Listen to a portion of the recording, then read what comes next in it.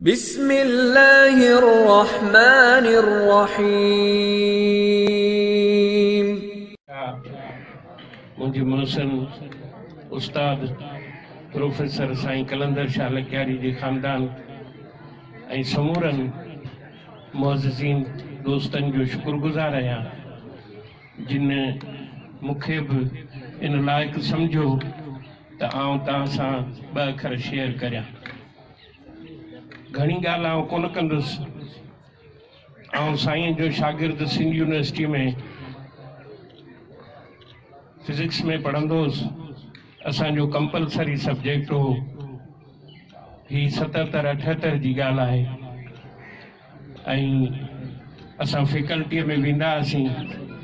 मूं पहिरीं झलक जेको साईं खे ॾिठो उहो अॼु ॾींहं ताईं मुंहिंजे रूह में ऐं मुंहिंजे ख़्याल ऐं तसवर में संदसि शख़्सियत ऐं उनजो अक्स चिटियल आहे। पहिरियल सफ़ेद जोड़ो फैकल्टीअ जे साम्हूं किताब हथ में आयो पे। मूं सम्झो त को वालिद आहे जेको कंहिं शागिर्द खे या ॿार खे मिलण या दाख़िला वठी ॾियणु आयो आहे।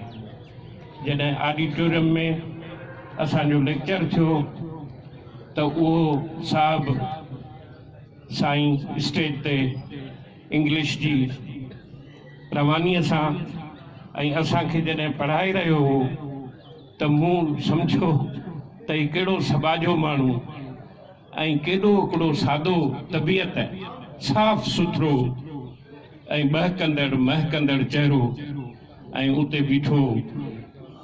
ईअं साईं सां मुंहिंजो इश्क थियो।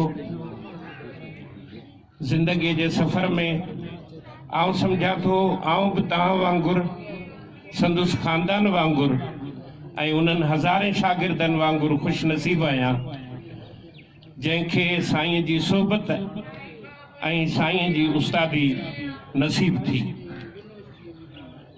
साईं जा असां 2 वॾा मेगा प्रोग्राम कराया। आउं शाहपुर चाकर जो आहियां। मुंहिंजी प्रैक्टिस हिते हैदराबाद में आहे हाई कोर्ट में। शाहपुर चाकर मुस्लिम मॉडर्न स्कूल उहे संदसि शागिर्द आहिनि। मोहम्मद यूसुफ डायरी अली मुराद प्रोफेसर। उते साईं जा 2 वॾा प्रोग्राम थिया जंहिंमें साईं असांखे टाइम ॾिनो। आउं खेसि घरां वठी वियोसि। ऐं इन हाल में बि हलण लाइ तयारु आहियां। मूंखे माइट चवंदा आहिनि ॾाॾा सुलेमान। मूंखे साईं सदाईं चवंदो त ॾाॾा जेॾी महिल बि तव्हां चवंदो आउं तव्हां सां हलंदुसि। त साईं जेकी कयो मोए पुॼाणा शाह साईं जा जी सिट आहे। जेकी कयो मोए पुॼाणा सो जानब कयो जेरे।